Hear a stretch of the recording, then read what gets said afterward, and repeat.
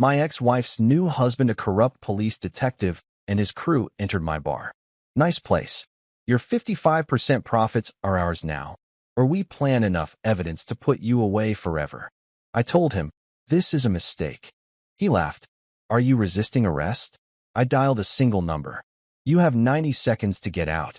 He scoffed. 80 seconds later, he stared in horror as, look, I've always had a thing for that bar door. Not in a weird way, but in the way you appreciate a good pair of jeans or a coffee pot that doesn't betray you at 6 in the morning. The door had this little squeak. Nothing dramatic, just a friendly chirp that said, hey, someone's here, without being obnoxious about it. And the light? Man, the light that spilled through when someone opened it was like a lazy cat stretching across the hardwood, all golden and warm and completely unbothered by the world's nonsense. That door had personality, which is more than I could say for most of the people who walked through it on a Tuesday night.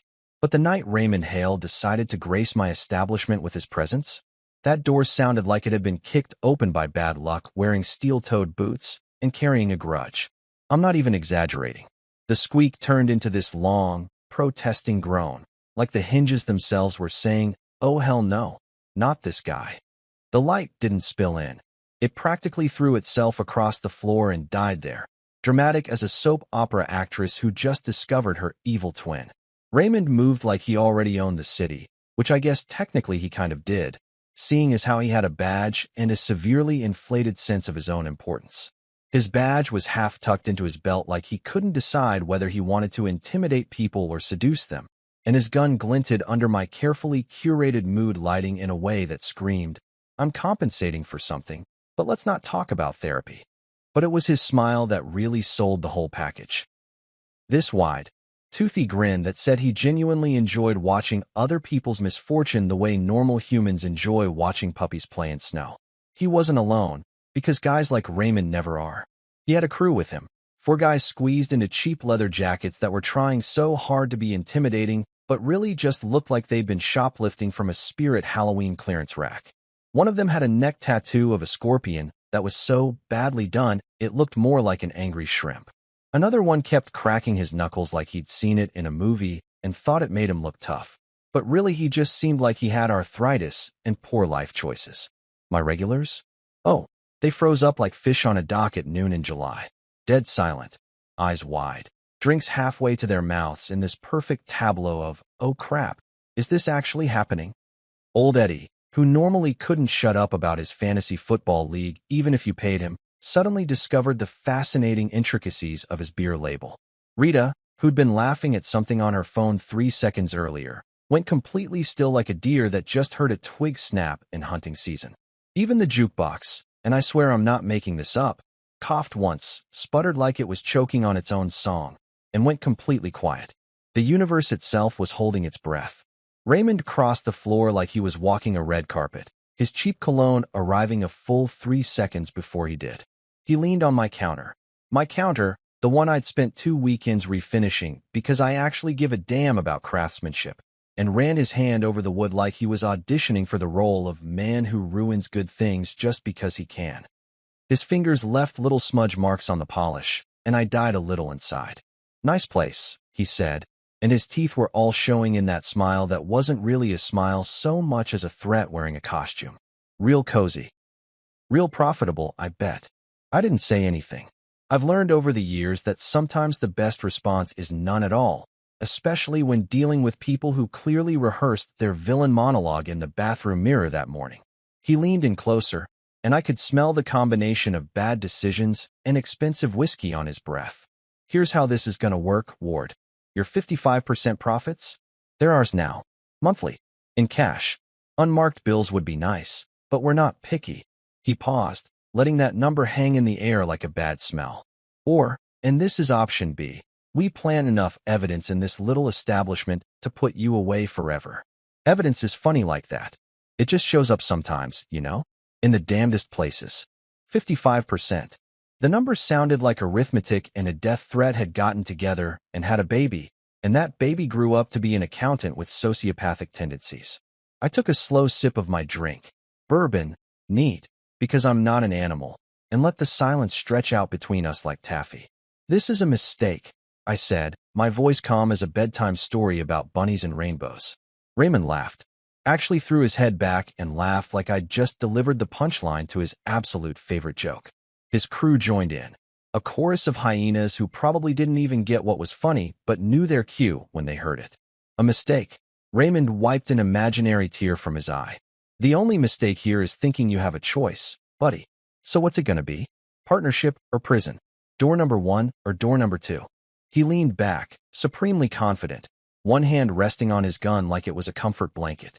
Behind him, his cheap leather crew stood there trying to look menacing, and honestly, they were doing an okay job if you squinted and had never actually met anyone genuinely scary. Are you resisting arrest? Raymond asked, his grin getting wider. Because I can make that happen right now. I got witnesses. My guys here will swear you attacked me. It'll be a whole thing.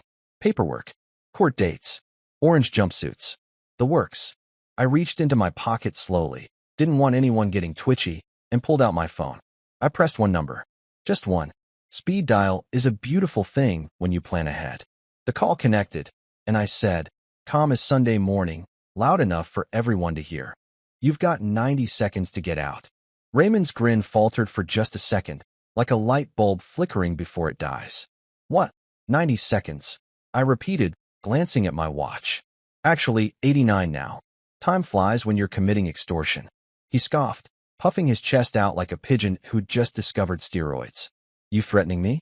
You threatening a police officer? That's bold. That's stupid, but it's bold. I didn't answer. Just sipped my bourbon and watched the seconds tick by on my watch. Somewhere in the background, the jukebox was still silent, holding its breath right along with everyone else. You're bluffing, Raymond said, but his voice had lost some of its swagger. His crew shifted uncomfortably, expensive leather creaking. 80 seconds later, the first distant siren started wailing, getting closer. Raymond's grin disappeared completely, replaced by something that looked an awful lot like a man realizing he was the punchline after all. People always get this weird look on their faces when I tell them I built this place with my pension and stubbornness. Like I just told them I won the lottery or robbed a bank or discovered a treasure map in my grandma's attic. Nope, nothing that exciting.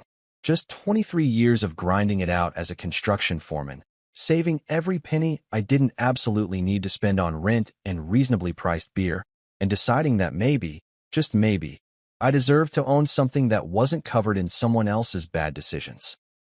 My name is Liam Ward, and if that sounds boring and completely unmemorable, well, congratulations on being perceptive. I'm not the guy who walks into a room and makes everyone turn their heads.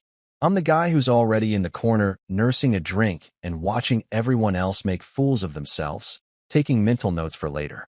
I spent my entire adult life pouring concrete and late nights and cheaper-than-cheap coffee into other people's buildings, watching other people's dreams take shape, while mine sat in a savings account gathering interest at a rate that would make a snail look ambitious.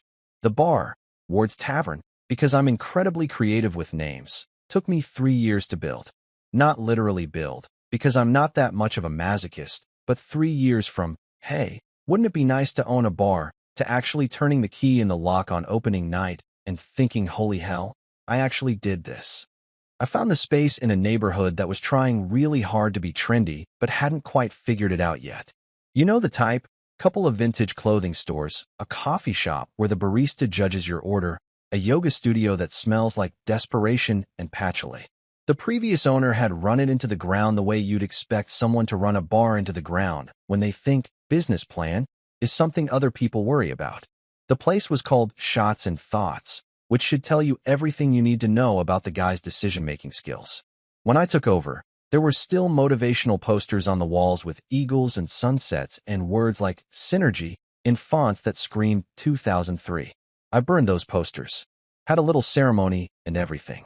Eddie, who'd eventually become a regular, helped me, and we toasted with cheap champagne that tasted like carbonated regret. I gutted the place, refinished everything, and turned it into something that actually felt like a bar instead of a corporate retreat for people having midlife crises. I wanted exposed brick and warm lighting and a jukebox that played actual good music instead of whatever algorithmic nightmare the kids are into these days. I wanted a place where you could come in, sit down, and feel like you weren't being judged for ordering whiskey at 2 in the afternoon on a Tuesday because, let's be honest, Tuesdays are garbage and we all know it. The bar gave me a rhythm I didn't know I needed. Regulars started showing up. Eddie with his fantasy football obsession, Rita with her terrible Tinder dates that she'd narrate like true crime podcasts, Marcus who worked nights at the hospital and needed somewhere quiet to decompress before going home to his 3 kids who apparently never slept. There were jokes, the honest clink of glasses, the comfortable silence of people who didn't need to fill every second with noise. It was good. It was really damn good. I didn't expect my life to include divorce papers and insults. But hey, life is a messy playlist that someone else is controlling, and sometimes they've got terrible taste in music. Sophie. Let's talk about Sophie, because you can't understand why I did what I did without understanding her. Sophie Romano. Well, Sophie Hale now, but we'll get to that nightmare. Used to sit at stool 3 back when we were married. Stool 3, right at the end of the bar where she could watch me work and pretend not to care if I burned dinner or forgot to pick up milk or committed any of the other tiny domestic crimes that apparently add up over time until someone decides they're done. She was beautiful in that effortless way that made me feel like I was constantly underdressed for my own life. Dark hair, sharp wit, the kind of smile that could make you forget you were supposed to be mad about something. She worked in real estate. Commercial properties, the kind of deals that involved a lot of zeros and men in suits who said things like, "Let's circle back on that," without any sense of irony. She was good at it too. Ambitious. Driven. All those words people use when someone wants more than what they currently have and isn't afraid to step on a few toes to get there. We were happy, I think. Or maybe we were just comfortable, and I couldn't tell the difference because I'm an idiot who thought good enough was the same as good. She'd come to the bar after work, still in her power suit and heels that made her 3 inches taller, and she'd sit at stool 3 and tell me about her day. The difficult clients, the deals that fell through, the ones that didn't. I'd make her a gin and tonic, Tanqueray, never the cheap stuff, extra lime, and listen. Sometimes I'd contribute something useful. Mostly I'd just nod and wipe down glasses and feel grateful that someone like her had chosen someone like me. Turns out gratitude isn't the same as enough. She left me for ambition and a man with a badge and what I can only describe as a private jet of moral bankruptcy. Raymond Hale. Yeah, that Raymond Hale. The same one who just walked into my bar, trying to shake me down like some kind of discount movie villain. They met at some charity fundraiser thing. Cops and real estate developers schmoozing over champagne and pretending they cared about underprivileged youth or whatever cause was trendy that quarter. Raymond was already a detective then, already on his way up the ladder, already building his little empire of side deals and convenient friendships. Sophie called me on a Wednesday. Not even the decency of a Friday or a Monday. Just a random Wednesday in October when I was restocking the bar and thinking about what to make for dinner. She said we needed to talk, which is code for your life is about to get significantly worse. We met at a coffee shop, neutral territory. And she slid the divorce papers across the table like she was closing a real estate deal. Professional. Efficient. No tears, no drama. Just, I think we want different things, and you'll always be important to me. And other phrases people use when they're trying to convince themselves they're not the bad guy. 6 months later, I got a text. Midweek again, because apparently that's her thing. Raymond and I got married. Thought you should know. No details, no invitation to the wedding I definitely wouldn't have attended. Just a heads up, like she was letting me know she'd changed her phone plan. I thought I had closure. I really did. I threw myself into the bar, made jokes about being single again, told my customers funny stories about the divorce that made it sound like no big deal.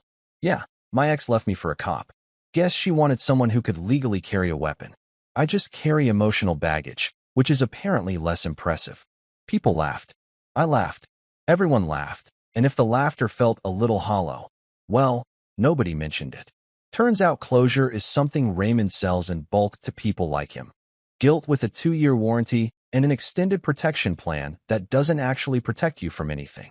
And when Raymond and his discount leather crew swaggered into my bar and tried to take it from me with threats and that insufferable grin, I decided to make their evening significantly more interesting than they'd planned. Here's the thing about catching a dirty cop. You don't do it on a whim, and you definitely don't do it because you're feeling petty about your ex-wife marrying the guy. I mean, the pettiness helps. It's like premium fuel for the revenge engine, but you need actual evidence. Real, tangible, hold-up-in-court evidence. Not just a gut feeling that someone's a grade-A dirtbag with a badge and a superiority complex. You catch a guy like Raymond on spaghetti threads of paperwork and his own sloppy arrogance. And let me tell you, Raymond had arrogance in bulk, industrial quantities. The kind of confidence that comes from years of getting away with things because nobody bothered to look too close, or because the people who did look decided their careers were more important than doing the right thing. The first thread came from Jax. Jax Martinez is my buddy from way back. We did construction together before he discovered he had a brain for computers, and I discovered I had a tolerance for drunk people's stories. Jax is half genius and half coffee, and I'm not entirely convinced he has blood in his veins instead of cold brew. The guy lives in hoodies that cost more than my monthly beer budget, types about 900 words per minute, and has the kind of posture that makes chiropractors weep. He's also exactly the kind of person you want on your side when you need to dig through digital dirt. Jax pinged me on a random Thursday with a message that just said, "Yo, weird wire transfer, you busy?" I was restocking olives and wondering why anyone orders dirty martinis anymore. So no, I wasn't busy. We met at his apartment, which looked less like a living space and more like a server farm that occasionally housed a human. He had 6 monitors set up in an array that probably violated some kind of fire code. Energy drink cans forming a small pyramid on his desk, and a cat named Algorithm who judged me from atop a gaming chair. So I was doing some freelance work, Jax started, which is code for, I was poking around places I probably shouldn't be, but technically didn't break any laws. He pulled up a spreadsheet that made my eyes cross. And I found this transfer. 50 grand from a company called Triborough Solutions to an account under the name Patricia Mendez. Okay, I said, because that meant absolutely nothing to me. Patricia Mendez is the PDA president at Riverside Elementary. She's a substitute teacher. She drives a 2015 Honda Civic. She does not have 50 grand lying around. Jax took a sip of something that smelled like it could power a small aircraft. But you know who does have connections to Triborough Solutions? Raymond Hale. His cousin runs it. On paper, they do logistics consulting, which is business speak for we move things and don't ask questions. I felt something click in my brain, like a puzzle piece finding its spot. Can you trace where the money came from originally? Jax grinned, which is what he does when you ask him to do something mildly illegal that he's absolutely going to do anyway. Can birds fly? Can Rita make poor dating choices? Of course I can. While Jax did his digital archaeology, I reached out to Lana Prescott. Lana's a public defender who drinks coffee like it's oxygen, and she's trapped in a submarine that's running out of air. We met during a particularly ugly case a few years back, where one of my regulars got caught up in something stupid, and she got him out of it with the kind of legal maneuvering that would make TV lawyers jealous. She's sharp, cynical, perpetually exhausted, and has exactly zero patience for cops who think their badge makes them bulletproof. I caught her at her office, which looked like a paper factory had exploded, and then apologized by sending more paper. She was surrounded by case files, her hair in a messy bun held together by what appeared to be a pen, wearing a suit that had seen better days and probably better years. "Liam," she said without looking up from whatever document she was murdering with a highlighter. "If you're here to confess to something, I'm going to need more coffee first." "I need your brain," I said, sliding into the chair across from her desk that was occupied by approximately 7 folders. I moved them. She didn't care. My brain is currently trying to understand why prosecutors think circumstantial evidence is the same as actual evidence. But sure, what's up? I told her about Raymond's visit, about the shakedown, about the 55% that he wanted to carve out of my business like he was entitled to it. I told her about the wire transfer Jax found, about Patricia Mendez, the PDA president, who suddenly had money she shouldn't have. Lana stopped highlighting. She looked up, and her eyes did that thing where they get sharp and focused like a hawk spotting a particularly stupid rabbit. "You're building a case." "I'm collecting information." "You're building a case," she repeated. "Do you know how hard it is to take down a cop? How airtight everything needs to be? That's why I'm talking to you." She sat back, tapping her highlighter against her chin. "You need more than one wire transfer. You need a pattern. You need documentation. You need witnesses who won't suddenly develop amnesia when a detective starts asking questions." She paused. "But if you're serious about this, I know some people." The people she knew turned out to be Miriam Chun and Tomas Rivera, two journalists who worked for different outlets, but apparently shared a hobby of sniffing around local corruption like bloodhounds on a particularly interesting trail. Miriam wrote for the Metro Daily, covering city politics and making politicians nervous. Tomas did investigative pieces for an online publication that had a smaller audience but bigger teeth. We met at a diner at 2 in the afternoon on a Tuesday, because apparently, that's when journalists eat lunch if they eat lunch at all. Miriam was early 30s, with glasses that kept sliding down her nose and a notebook that was already half full with writing I couldn't read from across the table. Tomas was younger, maybe late 20s, with the kind of energy that suggested he'd consumed his body weight in espresso and was considering more. So, Miriam said, not wasting time on pleasantries. Lana says you have something on Raymond Hale. Maybe, I said, because I'm not an idiot who shows all his cards immediately. We've been looking at him for months. Tomas jumped in, pulling out his phone and scrolling through something. He's dirty. We know he's dirty. Everyone knows he's dirty. But he's careful. Really careful. Nothing sticks. What have you got? I asked. Miriam and Tomas exchanged a look, having one of those silent conversations people have when they've worked together long enough. Then Miriam pulled out her own phone. There's a courier company called Quickshift Logistics. On paper, they move packages. In reality, they're moving things that packages shouldn't contain. We've been tracking them for 8 months. Raymond's connected? Raymond's got his fingerprints all over it, but through about 6 layers of shell companies and cousins and friends of friends, Tomas said. There's a car lease in his cousin's name. The same cousin who runs Triborough Solutions. There are shipments that mysteriously never left a warehouse, but somehow got marked as delivered. There are receipts that don't match up with inventory logs. Little lies, Miriam added, stacked like dominoes. Individually, they're nothing. Together, they're a pattern. And that's when I realized what I was actually doing. I wasn't just defending my bar. I was starting something bigger, something that could either expose a corrupt cop or blow up spectacularly in my face and take me down with it. I started collecting everything. Every scrap, every thread, every weird coincidence that Jax found in financial records or Lana discovered in court filings or Miriam and Tomas had already documented. Little lies, stacked like dominoes, and all I had to do was find the right one to push. Not because I'm noble, let's be clear about that. Not because I'm some crusading hero who believes in truth and justice and the American way. I started collecting evidence because I'm stubborn, petty, and because I own the kind of pride you can't sell on eBay or return for store credit. Raymond walked into my bar and tried to take it from me, tried to use his badge and his threats like they were currency that bought him whatever he wanted. And I decided that currency was about to become worthless. Revenge, I discovered over the course of about 3 weeks and several sleepless nights, is approximately 60% patience, 30% technology, and 10% convincing people you aren't a complete lunatic who's about to ruin his own life for the sake of proving a point. That math might not add up perfectly, but neither does most of life. So let's not get picky about it. The first order of business was turning my bar, my lovely, honest, hard-working bar, into something that resembled a surveillance operation run by someone who'd watched too many spy movies and had access to a credit card with a decent limit. I needed cameras. Not the obvious kind that scream, "You're being recorded, please behave," but the sneaky kind that blend into the background like they're part of the furniture. The kind that catch people being their authentic, terrible selves.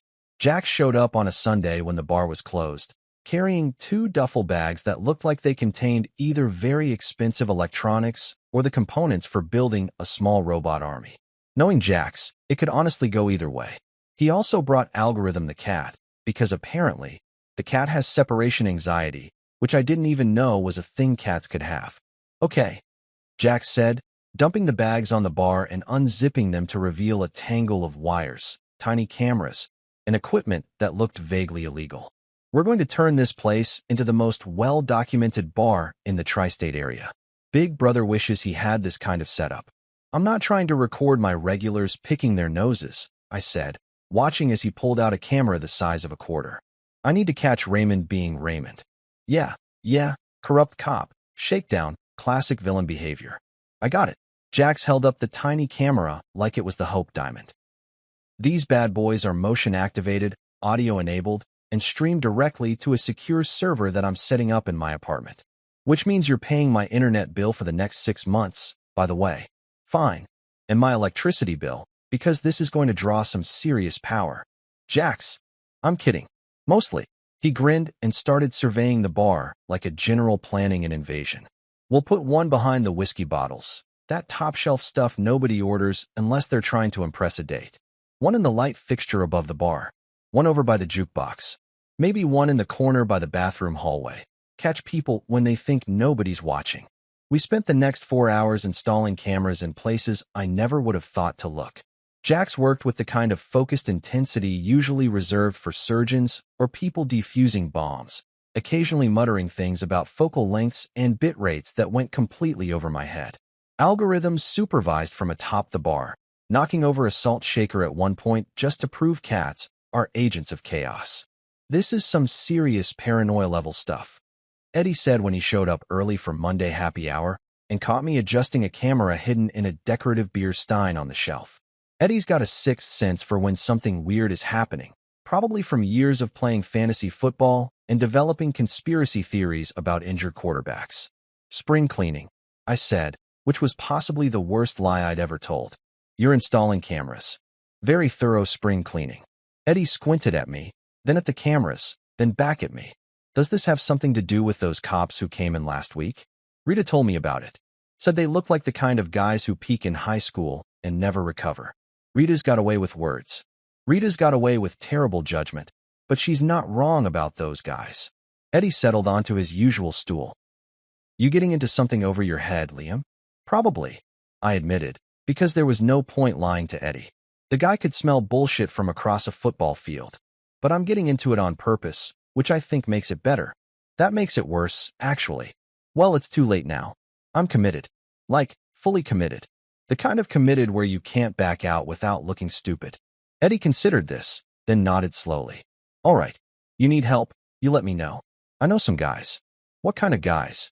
The kind of guys who know guys. It's a whole network. Very complicated. Don't worry about it. I decided not to worry about it. Jax finished the installation by Tuesday and spent Wednesday setting up what he called the command center in his apartment. He sent me a video tour that made my head hurt. 6 monitors displaying different camera angles, a keyboard that lit up like a Christmas tree, and enough computing power to probably launch a satellite or hack into the Pentagon or whatever it is computers do these days when they're not showing me cat videos. The feed is encrypted, Jax explained over the phone while I pretended to understand what encryption actually meant. Everything's backed up to 3 different secure locations. If Raymond or his goons try to delete footage, they can't. It's like trying to unring a bell, except the bell is digital and also making copies of itself. You're a weird dude, Jax. Yeah, but I'm your weird dude, and you're paying me in cash, bad jokes, and that signed baseball you promised me. The signed baseball was from a Yankees player I'd met at a charity event about 8 years ago. I didn't even like baseball that much, but Jax did, so it seemed like a fair trade for potentially illegal surveillance equipment and enough technical expertise to make the NSA jealous. While Jax handled the tech side, I needed to handle the human side, which was significantly more complicated because humans are unpredictable and have feelings and occasionally principles.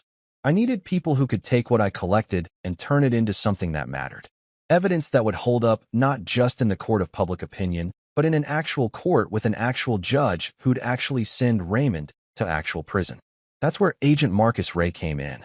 Agent Ray was FBI, federal, which meant he operated on a different level than local cops, and had exactly 0 patience for local cops who made the entire profession look bad. Lana set up the meeting through some connection she had from law school, or a previous case, or possibly a Tinder date gone surprisingly well. I met him at a park at 7 in the morning because apparently, federal agents are morning people who enjoy ruining everyone else's sleep schedule. Ray looked exactly like what you'd expect an FBI agent to look like if you'd only ever seen FBI agents in movies. Clean cut, suit that probably cost more than my car, expression that suggested he'd seen some things and wasn't impressed by most of them. He was drinking coffee from a travel mug and feeding ducks, which felt weirdly wholesome for someone whose job involved catching criminals. Liam Ward, he said when I approached, not bothering with a handshake. You're the bartender building a case against Detective Raymond Hale. I'm the bartender who's tired of being shaken down by Detective Raymond Hale. I corrected. Building a case is more of a side hobby. Ray almost smiled. Almost. Lana speaks highly of you. Says you're stubborn and possibly insane, but surprisingly thorough. I'll take that as a compliment. You should. He tossed some more bread to the ducks, who were attacking it like they hadn't eaten in weeks. Here's the situation. I can't officially help you. Internal Affairs is already looking at Hale, but they're moving slow because everyone's afraid of stepping on toes. Politics, procedure, all that bureaucratic nonsense that lets guilty people stay free. So what can you do? I can be in the right place at the right time if someone were to provide credible evidence of an ongoing crime. He looked at me directly. Emphasis on credible. Emphasis on ongoing. You give me solid proof that Hale is actively committing a felony, I can move fast. Really fast. But it has to be airtight. No gaps, no questions, no room for his lawyer to wiggle through. I'm installing cameras. I didn't hear that. They're definitely not in my bar right now. Still not hearing anything. Ray finished his coffee. You get what you need, you call me. Day or night. I'll handle the rest. Back at the bar, Lana helped me organize everything into what she called legal scaffolding, which sounded impressive but really just meant putting things in folders with labels and making sure everything had dates and times and wasn't going to get thrown out because I'd violated chain of custody or some other legal concept I barely understood. Every file needs metadata, she explained, surrounded by printouts and post-it notes and enough highlighters to stock an office supply store. Every recording needs a timestamp. Every transfer needs a source document. We're building a story here, and stories need structure. I kept a master folder with everything. Wire transfers Jax traced, photos Miriam and Tomas had collected, receipts that didn't add up, timestamps of who went where when. I even made a playlist of jokes to lighten the mood if anyone started crying, because this whole operation was stressful enough without everyone having emotional breakdowns. By the time I was done, my bar looked the same but felt completely different. Every light fixture, every shelf, every corner had eyes. I was ready. Now I just needed Raymond to walk back in and be himself. Raymond Hale was greedy the way raccoons are greedy. Bright, shiny interest in anything labeled cash, or easy, or nobody will notice if this goes missing. He had that particular brand of arrogance that comes from getting away with things for so long that you start to believe you're invincible, like the universe itself has granted you some kind of special exemption from consequences, which meant that all I had to do was dangle something shiny in front of him and watch him waddle over like a kid at a carnival heading straight for the cotton candy stand. The plan was simple, which is usually a good sign because complicated plans are where things go wrong and people end up accidentally setting themselves on fire or whatever. I needed Raymond to come back to the bar. I needed him to feel comfortable, confident, superior. I needed him to talk. And the best way to make someone like Raymond talk is to make him think he's already won. So I started a rumor. Not directly, because I'm not an amateur who announces his plans on a megaphone. No, I let it slip casually to Derek, one of my regulars who works in construction and has the unique distinction of knowing approximately everyone in a 10-block radius. Derek's the kind of guy who could tell you the life story of his mailman's cousin's dog groomer. He's a gossip, but the useful kind. The kind who spreads information faster than the internet and with about the same level of accuracy. Business has been good. I mentioned to Derek on a Thursday afternoon while he was nursing his second beer and complaining about his boss. Really good, actually. Been hosting some private events. Cash only. High rollers, you know? People who like their privacy. Derek's eyebrows went up so fast they nearly achieved liftoff. Cash only? Like, under the table? Like, people who prefer not to have their credit cards show up on statements that their wives might see. I said, which wasn't technically a lie because I had hosted exactly one bachelor party 6 months ago where the groom paid in cash because he was paranoid about his fiancée finding out about the stripper. There was no stripper. The guy was just paranoid. But Derek didn't need to know that. Damn, Liam. That's smart. You must be pulling in serious money. Let's just say I'm not worried about rent this month. I wiped down the bar like this was all very casual and not at all a carefully orchestrated performance.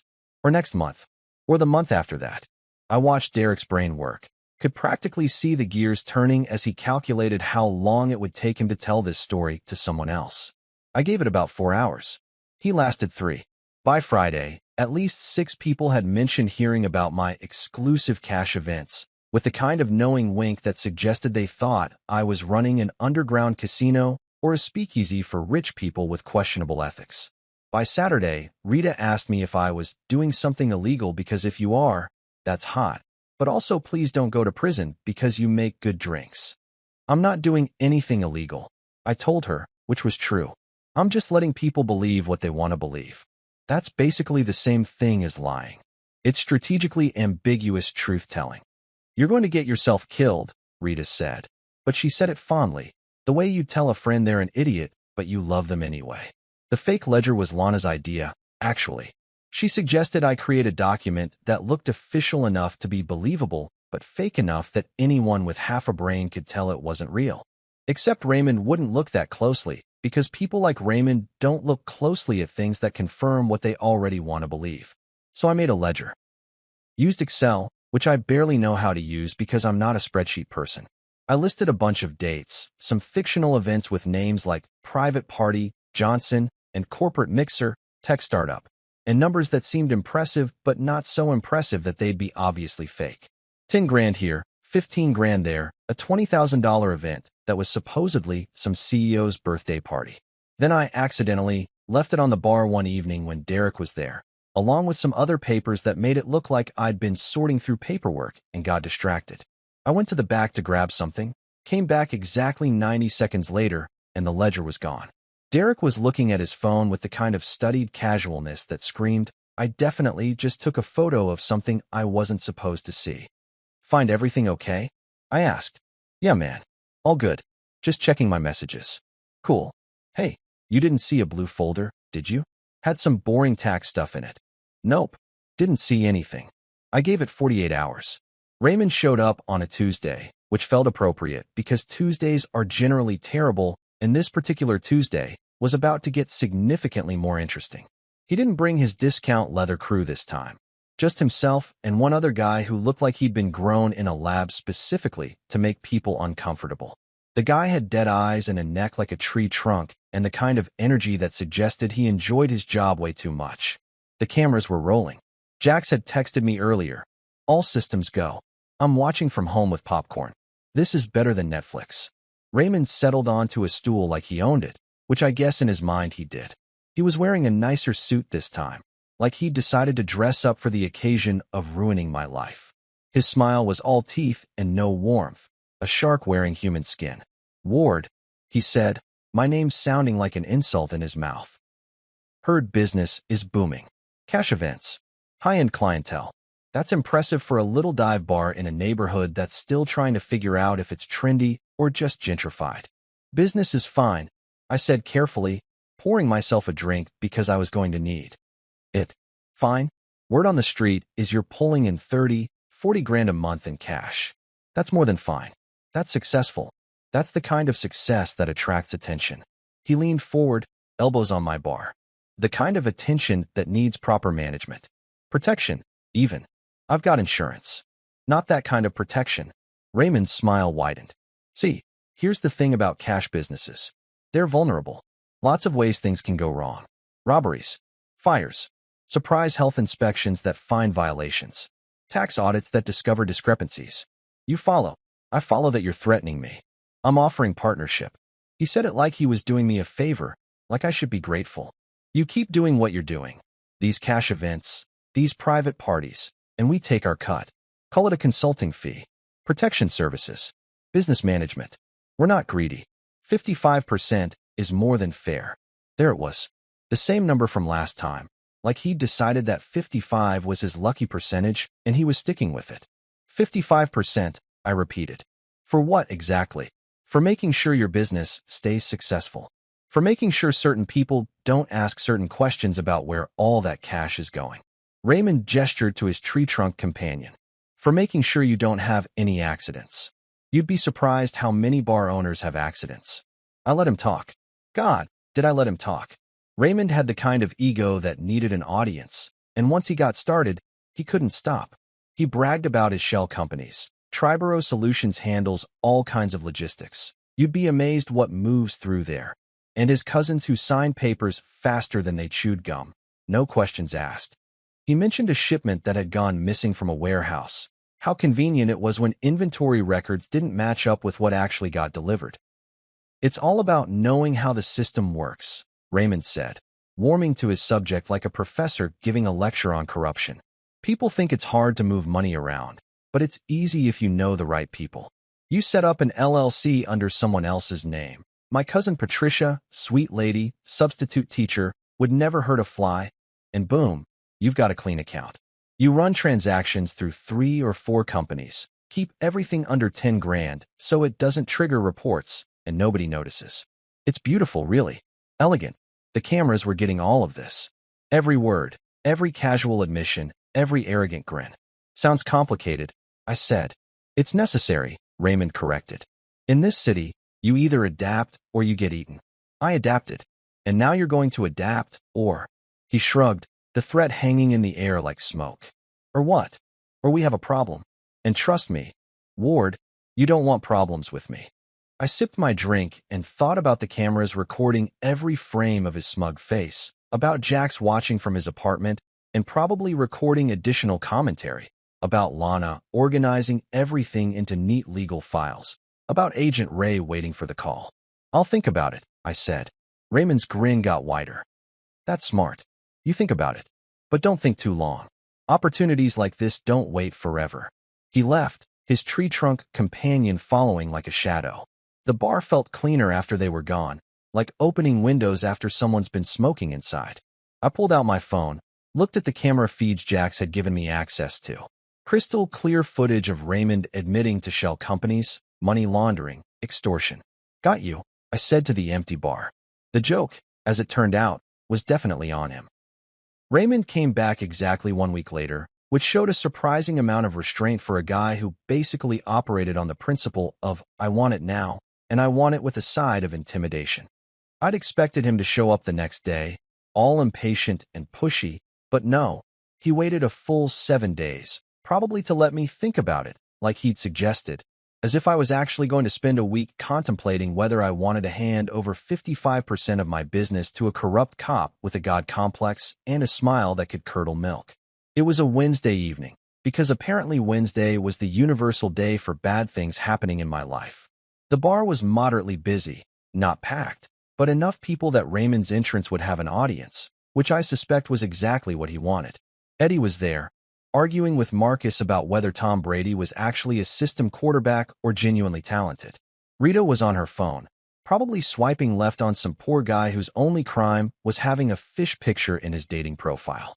A couple of tourists were by the jukebox trying to figure out if any of the songs were from this decade. Spoiler, they weren't. The door opened with that familiar squeak, except this time it sounded less like bad luck and more like inevitability.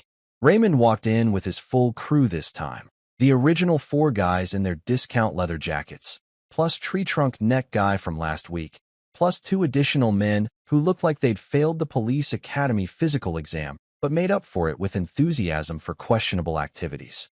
7 guys total. Raymond really wanted to make an impression. They spread out across the bar in a formation that was probably supposed to look tactical, but really just looked like they'd watched too many cop shows and thought standing near exits made them look professional.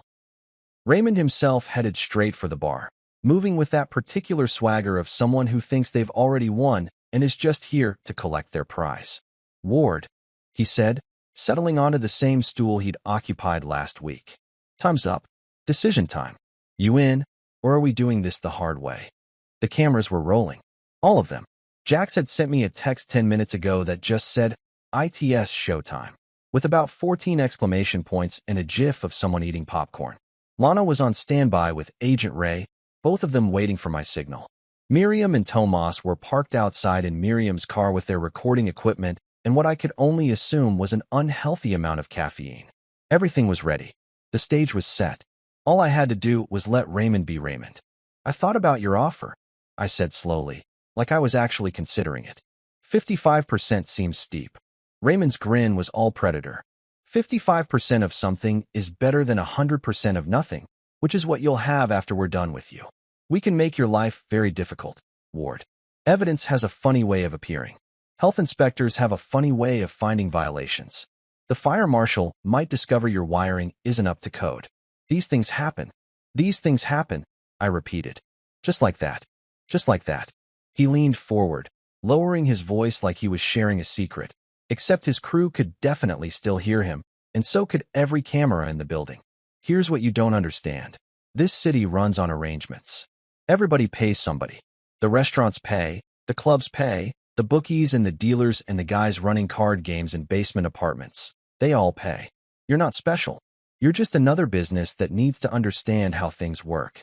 And you're the guy who explains it? I'm the guy who makes it happen. He gestured around the bar like he was surveying his kingdom. You've got a good thing here. Decent location, regular customers, those cash events you've been running. Smart operation. We respect that. We want to help you keep it. For 55%. For peace of mind. Raymond's smile got wider.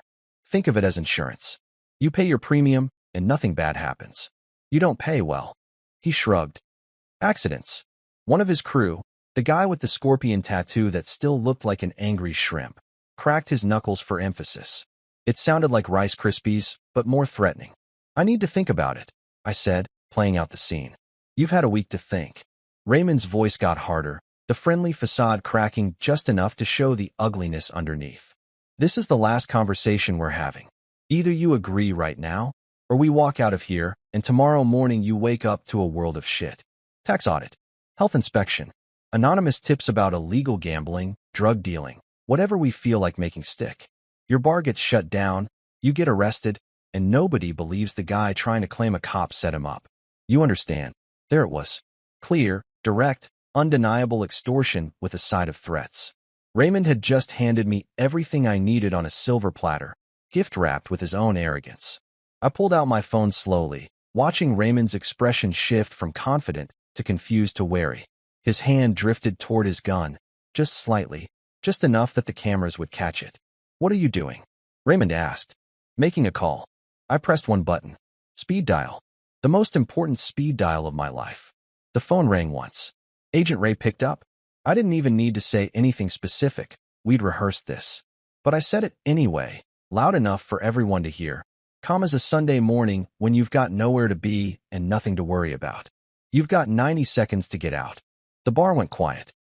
Even the jukebox seemed to sense the moment, the current song fading out into silence like it didn't want to interrupt a good scene. Eddie stopped mid-argument. Rita looked up from her phone. The tourists froze with their drinks halfway to their mouths. Raymond's grin flickered like a light bulb with loose wiring. What? 90 seconds. I repeated, glancing at my watch. A nice touch, very dramatic. I was proud of it. Actually, 87 now. Time flies when you're committing multiple felonies. You threatening me? Raymond's voice had an edge to it now, the confidence draining like water from a bathtub with a pulled plug. You're threatening a police officer? That's a crime, Ward. That's a serious crime. I'm not threatening anyone. I'm giving you a heads up. Professional courtesy, really. One of his crew shifted nervously. Tree trunk neck guy looked at Raymond like he was waiting for instructions. Scorpion tattoo guy's hand was shaking slightly, which would have been funny if the situation wasn't so tense. 80 seconds, I said helpfully. The first siren was distant, just a faint wail in the background like someone's car alarm going off 3 blocks away. But it was there, and it was getting closer. Raymond's expression changed. The predatory grin vanished completely, replaced by something that looked an awful lot like a man doing rapid mental calculations and not liking the results. What did you do? Me? I run a bar. I serve drinks. I mind my business. I poured myself a bourbon, neat, because I'm not an animal, and took a slow sip. You're the one who came in here threatening people, bragging about shell companies and money laundering and all those interesting arrangements you've got set up around the city. You recorded. He cut himself off, but the damage was done. The admission hung in the air like smoke. 70 seconds. More sirens now. Multiple sirens, coming from different directions, the sound building like a symphony warming up. Raymond's crew was definitely nervous now, shooting looks at each other and at the exits and at Raymond like they were waiting for someone to tell them what to do. Somewhere across town, Jax was watching this unfold on his monitors, probably recording his own commentary like a sports announcer covering the game of the century. Agent Ray was in motion, federal badges and warrants and the kind of authority that made local cops vary very nervous. Miriam and Tomas were getting their cameras ready, preparing to document everything for the morning edition and the evening news, and probably their Pulitzers. I'd planned this moment so carefully that the timer on my phone felt like a metronome, keeping time for revenge and justice, measuring out the seconds until Raymond Hale's carefully constructed empire of corruption came crashing down around his ears. Every detail, every contingency, every possible way this could go wrong. I'd thought about it all during those long nights of organizing files and checking camera angles and making sure the evidence was absolutely airtight. "You set me up," Raymond said, and he sounded almost impressed, like he was recognizing a fellow player in the game. "You set yourself up," I corrected. "I just gave you the rope and watched you build the scaffold. Are you resisting arrest?" Raymond asked, his hand definitely on his gun now. "Because I can arrest you right now for threatening an officer, for interfering with police business, for 45 seconds. The sirens were loud now. Really loud. The kind of loud that meant multiple vehicles and serious intent. Rita had her phone out, recording. Eddie was watching with the kind of fascination people reserve for car crashes and reality TV finales. The tourists looked confused but invested, like they'd accidentally stumbled into the most interesting part of their vacation. I wanted to tell Raymond, "No, I'm not resisting arrest. I'm resisting having my life stolen by someone who needs a lesson in humility." I wanted to deliver a whole speech about justice and accountability and how badges don't make you bulletproof. But instead, I just poured another drink, because you're never too old for theatrics, and sometimes silence is more powerful than words. 30 seconds. Raymond stood up, his crew closing in around him like they were preparing for a siege. His face had gone from confident to worried to something approaching panic, and it was the most honest expression I'd seen from him yet. The siren stopped right outside. "Time's up," I said. The door opened, and Raymond's entire world changed. Unmarked cars have a very specific look to them, even when they're trying to be subtle. They're too clean, too generic, too, "I'm definitely not a cop" car, in a way that screams they're absolutely cop cars. 3 of them pulled up outside my bar like a coordinated dance routine, parking in formation that blocked the street and probably violated about 6 traffic laws that nobody was going to ticket them for. The room held its breath, and I mean everyone, even the tourists who just wanted a quiet drink and some authentic local atmosphere, not front row seats to what was quickly becoming the most interesting Wednesday night in recent memory. The door opened, and Agent Marcus Ray walked in like someone who'd rehearsed kindness once, found it lacking, and decided to go with professional intimidation instead. He was still in that expensive suit, still had that expression that suggested he'd seen humanity at its worst, and wasn't particularly surprised anymore. Behind him came a parade of federal agents and internal affairs investigators, all wearing jackets with those big yellow letters that make it very clear they're not here to ask politely about anything. There were a lot of them, more than I'd expected, honestly. Agent Ray had brought the entire cavalry, along with what appeared to be their cousins, and maybe a few people from accounting who wanted to see what field work looked like. They filled the doorway, spread out across the bar, positioned themselves at exits like they were preparing for Raymond to suddenly develop superpowers and try to fly through the ceiling. Raymond's face went through about 17 different emotions in the span of 3 seconds. Confusion, recognition, anger, fear, calculation, and finally landing on something that looked like a poker player who just realized his bluff got called and his opponent has a royal flush. His hand was still on his gun, which was a spectacularly bad idea, given that he was currently outnumbered by federal agents approximately 4-1. "Detective Hale," Agent Ray said, his voice carrying that particular tone of authority that doesn't need to be loud to be effective. "I'm Agent Marcus Ray, FBI. I'm going to need you to remove your hand from your weapon and place both hands where I can see them." Raymond did not do this. Instead, he reached for his badge like a man reaching for a bad joke he thinks will save him, pulling it out and holding it up like it was some kind of magical talisman that granted immunity from consequences. "I'm a police detective. There's been a misunderstanding.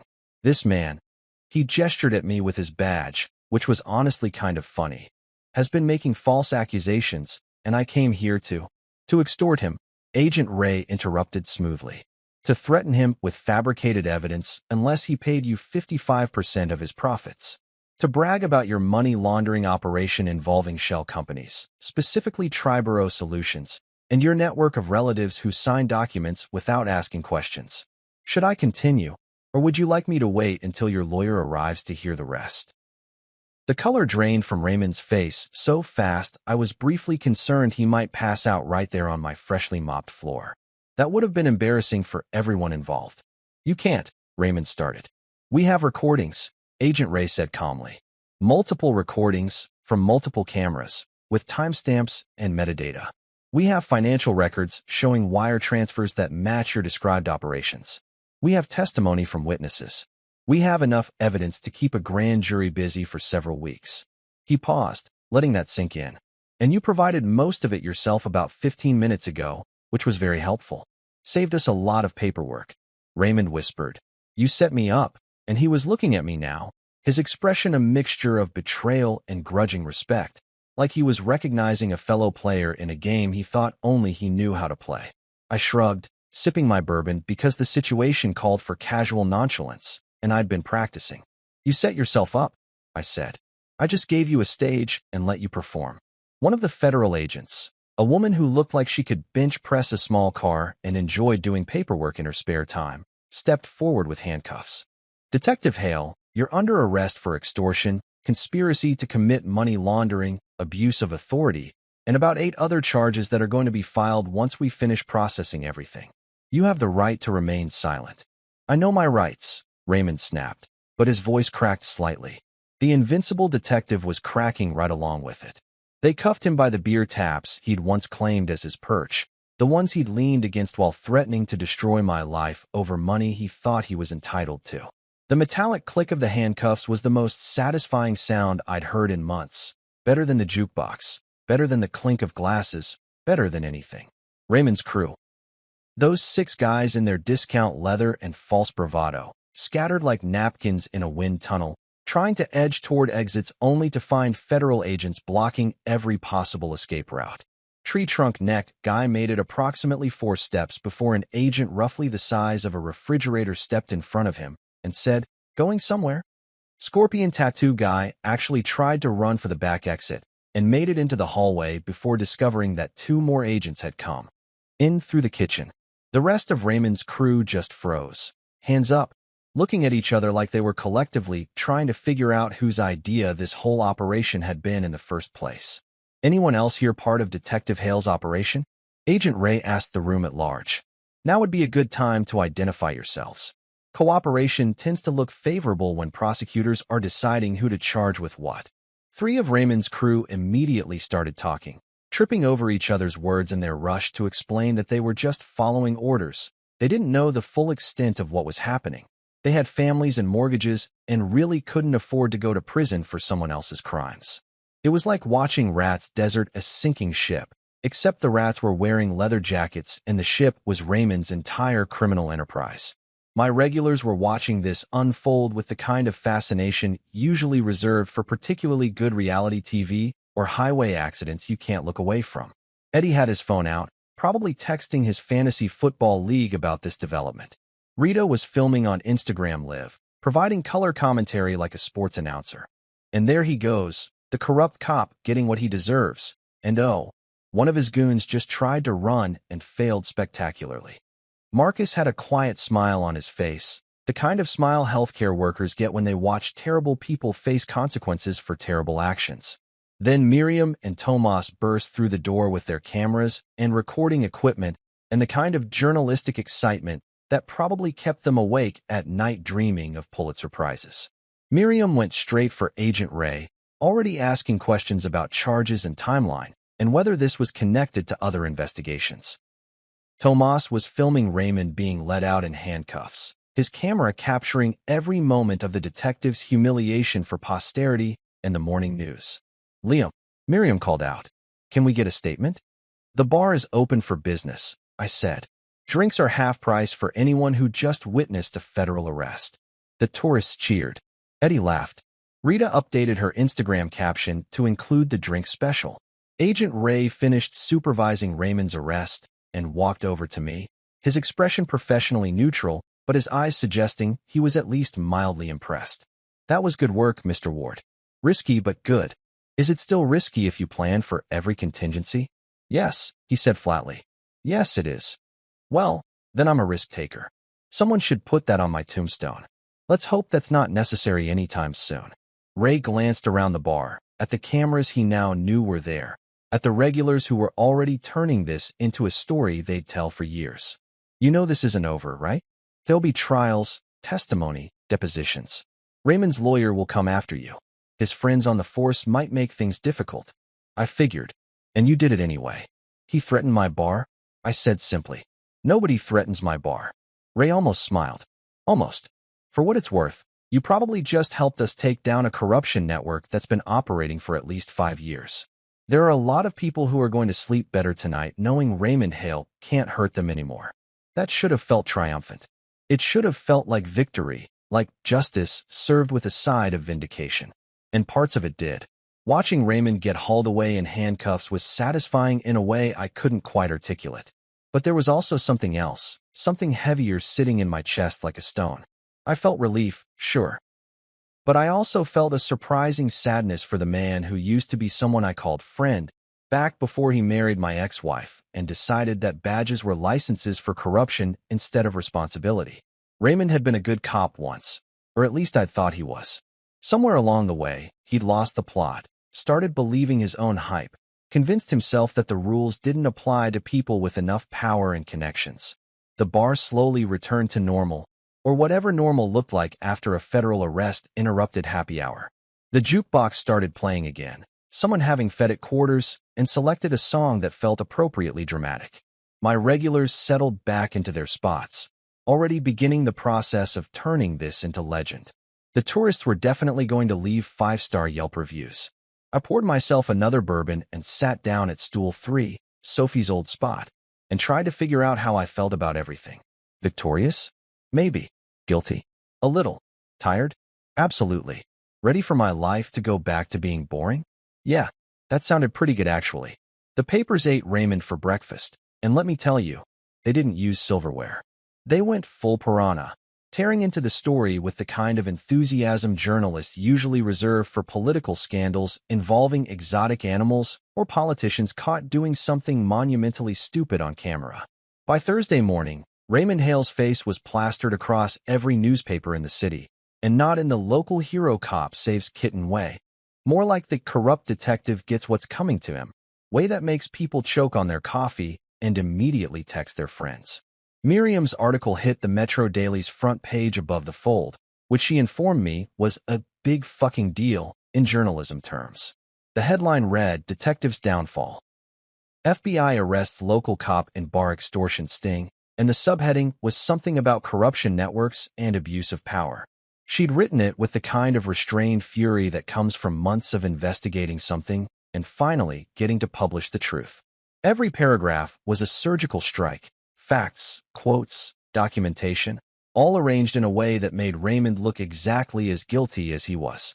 The article included details about Triborough Solutions, the shell companies, the wire transfers to Patricia Mendez, the substitute teacher, who probably had no idea her name was being used to launder money. Miriam had gotten quotes from Agent Ray about ongoing investigations into systemic corruption, which was fancy federal speak for were coming for everyone connected to this mess. She'd even included a timeline showing Raymond's rise through the police department alongside some very suspicious financial activity that didn't match his salary. The best part? She quoted me. Mr. Ward declined to comment extensively, but noted that the bar is open for business and drinks are half price for anyone who witnessed a federal arrest. It made me sound either heroic or deeply unserious, and I honestly couldn't tell which. Tomas took a different approach. His piece went up online within hours of the arrest, complete with video footage, audio recordings, and snarky captions that had way too many exclamation marks for something that was supposed to be journalism. Dirty cop gets caught in his own trap, the headline screamed, followed by, you won't believe what he said on camera, which made it sound like a clickbait article about celebrity gossip instead of a serious investigation into police corruption. But it worked. The article went viral. Actually viral. Not just my aunt shared it on Facebook, viral, but trending on Twitter for 6 hours viral. People were sharing the recordings of Raymond bragging about his shell companies and threatening me with fabricated evidence. Someone made a meme of Raymond's face right when he realized he was being arrested, captioned, "When you realize you've played yourself." It got 40,000 likes in 3 hours. Social media did its job with the efficiency of a well-oiled outrage machine. Outraged, outraged, and then outraged with increasingly creative memes. There were TikToks about it, Instagram infographics explaining money laundering to teenagers who probably didn't care but watched anyway, Reddit threads dissecting every detail of the case with the intensity of people solving a murder mystery. Someone even made a Spotify playlist called Songs to Get Arrested To, Raymond Hale Edition, that included Bad Boys by Inner Circle, I Fought the Law by The Clash, and for some reason, All Star by Smash Mouth, which didn't really fit thematically but got included anyway because the internet has no quality control. The mayor issued a statement about how he was deeply troubled by these allegations and committed to rooting out corruption wherever it exists, which was politician speak for, "Please don't ask me how this happened under my watch." The police commissioner looked exhausted in his press conference, promising a full internal review, while probably wondering how many other cops in his department were running similar operations. My regulars started calling me the bartender who did a thing, which was possibly the lamest superhero nickname in history. Eddie introduced me to his fantasy football league buddies as the guy who took down that corrupt cop, which made me sound way cooler than I actually was.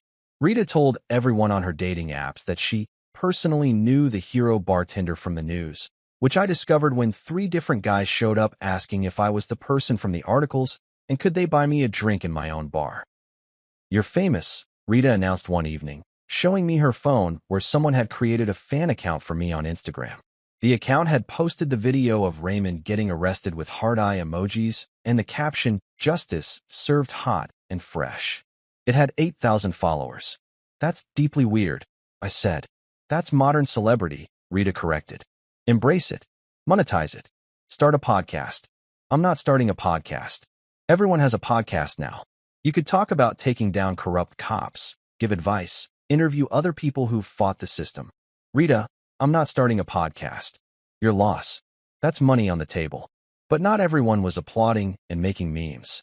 Some people, and there's always some people, muttered that I'd crossed a line, played judge and jury, taken the law into my own hands like some kind of vigilante with a liquor license.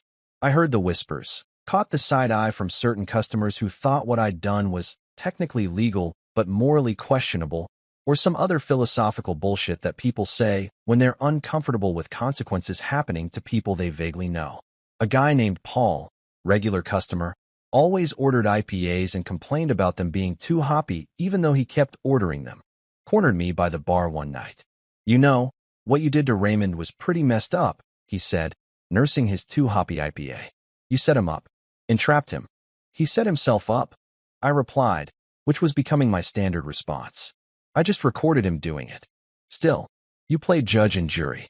That's not your job. Neither is letting corrupt cops extort my business. But here we are." Paul frowned into his beer like it contained the secrets of the universe. "I'm just saying, man. 2 wrongs don't make a right." "No, but 1 right can stop a whole bunch of wrongs from continuing," I said. Raymond wasn't going to stop with me. There were other people, other businesses. The only reason nobody stood up to him before is because they were scared, or they didn't have evidence, or they figured it was easier to just pay up and hope he'd go away. Maybe. Paul didn't sound convinced. "Still feels like vigilante justice." "Then it's a good thing I didn't do any vigilante justice," I said patiently. "I collected evidence and turned it over to federal authorities who conducted a legal arrest based on recorded confessions of actual crimes. That's not vigilantism. That's citizenship with extra steps." Lana showed up later that week, looking slightly less exhausted than usual, which meant she was only running on 4 cups of coffee instead of her usual 7. She settled onto a stool and ordered a glass of wine that she proceeded to stare at like it had offended her ancestors. "You okay?" I asked. "I've been getting calls," she said. "Other people." Raymond shook down. "Other businesses that paid his protection fees, or whatever he was calling them. They're coming forward now, wanting to press charges, wanting their money back, wanting justice." She took a sip of wine. "Which is good. Great, even. But it's also reminding me that laws are messy, and sometimes people confuse justice with spectacle. You think I created a spectacle? I think you did what you had to do, and it worked, and now everyone's watching to see what happens next. Lana swirled her wine thoughtfully. Just be careful. The spotlight's great until it burns you. People love a hero until they decide you're not heroic enough, or you're too heroic, or you did the heroic thing wrong. So basically I can't win. Welcome to being a human in society, Lana said dryly. We're all just stumbling around hoping we don't accidentally become the villain in someone else's story.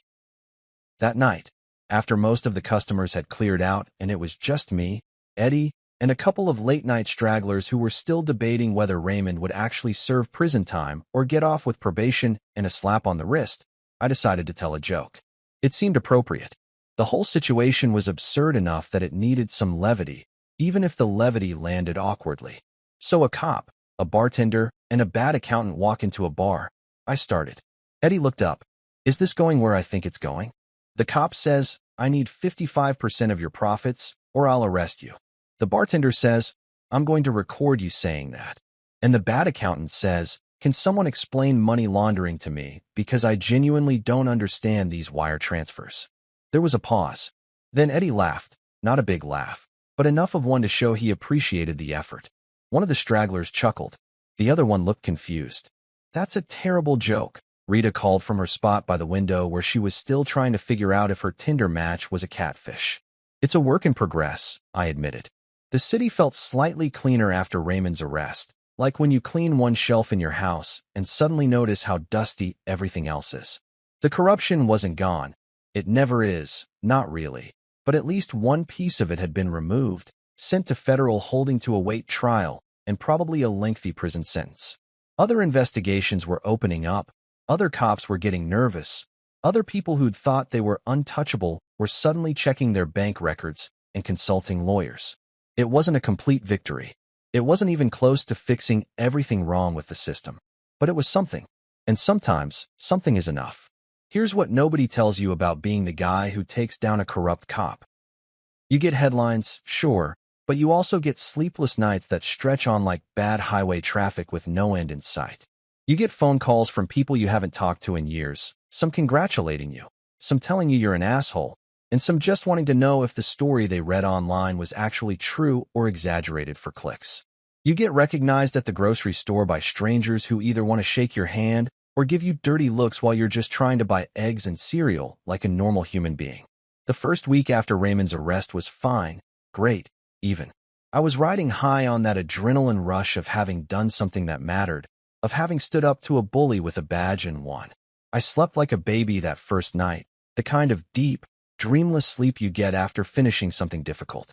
The bar was busier than usual, full of curious people and regulars who wanted to rehash every detail of the arrest like it was a sports game we were analyzing for strategic plays.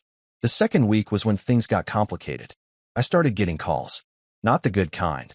The kind where people congratulate you and tell you you're a hero, but the uncomfortable kind where people from your past resurface like bodies in a lake and remind you that life is messy and everyone has opinions about everything you do. My cousin Jennifer called me on a Tuesday morning at 8 a.m., which should be illegal. She launched into a speech about family reputation and how my little stunt had made things awkward at her book club because one of the members was married to a cop, and now everyone was asking Jennifer if her cousin was anti-police or one of those activist types. I let her talk for about 4 minutes before I interrupted to remind her that I hadn't spoken to her in 3 years, and her opinion about my life choices ranked somewhere below what strangers think about my shoe selection. She hung up on me. I made coffee and tried not to feel guilty about it. My former construction foreman, Big Mike, called to tell me I was playing with fire and that cops have long memories and I should watch my back. This was less threatening than it sounds. Big Mike was genuinely worried. In that gruff way guys who work construction their whole lives express concern by predicting your imminent doom.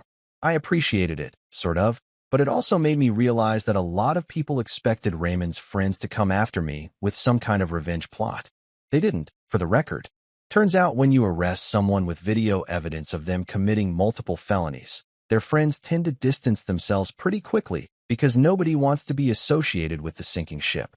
But the paranoia lingered.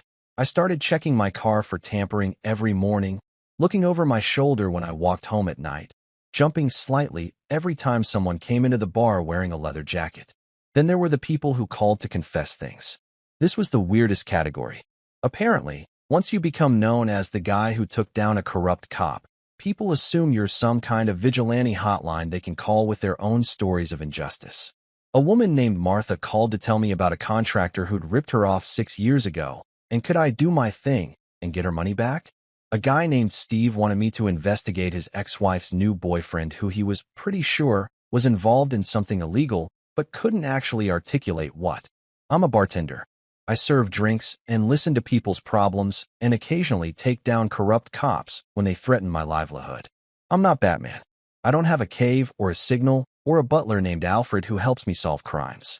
I told these people to contact actual authorities or lawyers or therapists depending on what their situation actually required. Some of them got mad. Apparently, being a hero means you're supposed to help everyone all the time forever, and declining makes you a hypocrite or something. The worst call came on a Thursday afternoon when I was restocking beer and trying to remember if I'd ordered enough limes for the weekend. My phone rang with a number I recognized immediately even though I'd deleted it from my contacts months ago. Sophie. I stared at the phone for 3 rings, debating whether answering was going to make my day better or worse. Curiosity won. It usually does. Liam, she said, and her voice had that careful tone people use when they're trying to sound casual about something that's definitely not casual. I saw the news. About Raymond. Yeah, that happened. Are you happy? She asked, and there was something in her voice I couldn't quite identify. Anger? Sadness? Confusion? All of the above mixed together like a cocktail nobody ordered? I'm tired, I said honestly. And happy sounds expensive. There was a pause. Long enough that I checked to make sure the call hadn't dropped. Then, you destroyed his life. He tried to destroy mine first. I just defended myself with better documentation. He's in federal custody, Liam. He's going to prison. His career is over. Everything he worked for was built on corruption and extortion. I interrupted. He wasn't some noble cop who made one mistake. He was running a whole operation, shaking down businesses across the city. The only reason you didn't know about it is because you didn't want to know. Another pause. This one felt heavier, like the weight of everything unsaid between us was pressing down on the phone line. I called to ask if you were happy, Sophie said finally, because I needed to know if this was worth it to you. If revenge tasted as good as you thought it would. It wasn't about revenge, wasn't it? She didn't sound angry anymore. Just sad. Tired.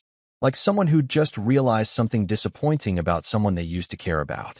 You could have just paid him, or closed the bar, or reported him without turning it into a whole operation with cameras and recordings and federal agents. But you went all in because some part of you wanted to hurt him the way you felt hurt when I left. That stung because it had just enough truth in it to be painful. Maybe, I admitted. Maybe there was some of that. But Sophie? He threatened to plant evidence on me. He threatened to destroy my business, my life, everything I'd built.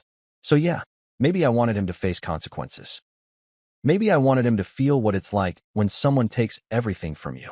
Does that make me a bad person? I don't know, Sophie said quietly. I don't know what it makes you. Well, when you figure it out, let me know. I didn't mean for it to sound bitter, but it came out that way anyway. She hung up.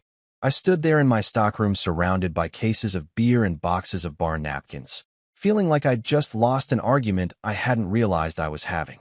The guilt was there, had been there since the moment Raymond got cuffed, sitting in my chest like a dull stone wedged somewhere between my ribs.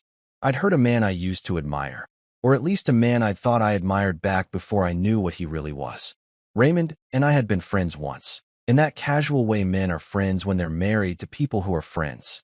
We'd had beers together, watched games, made small talk about sports and weather and other safe topics that don't require emotional vulnerability. I'd taken him down. Deliberately, methodically, with planning and cameras and federal agents.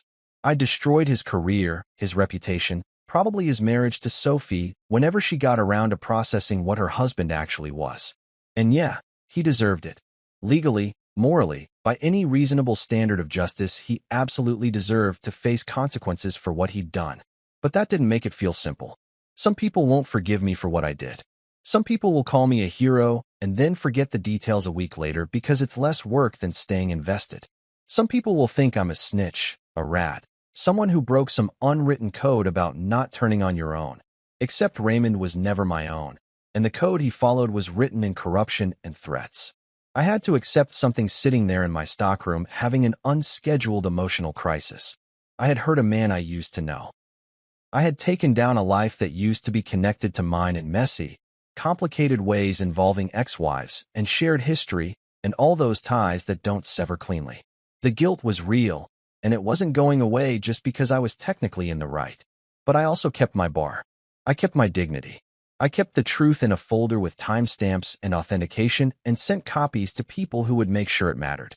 I proved that badges don't make you immune to consequences, that corruption doesn't pay in the long run, that sometimes the little guy wins if he plans carefully enough and documents everything and gets really lucky with his timing. And yes, I kept the joke book on the shelf, because people need to laugh when everything else is heavy, and sometimes humor is the only thing standing between you and a complete breakdown in the beer cooler. That night, Eddie found me sitting at the bar nursing a bourbon and probably looking like I was auditioning for a role in a movie about sad bartenders reflecting on their life choices. "You okay, man?" he asked, settling onto his usual stool. "Define okay. Not having an existential crisis at your own bar?" "Then no, I'm not okay." Eddie nodded like this made perfect sense. "You did a good thing. It doesn't always feel good when you do good things. That's why most people don't bother. Too complicated, too messy. Easier to just let bad stuff happen and pretend it's not your problem." "Thanks. That's very comforting." "I'm not trying to comfort you. I'm trying to remind you that you're not crazy for feeling weird about this." He ordered his usual beer. "You took down a corrupt cop. That's significant. But you also ruined someone's life, even if that someone was a garbage person who deserved it.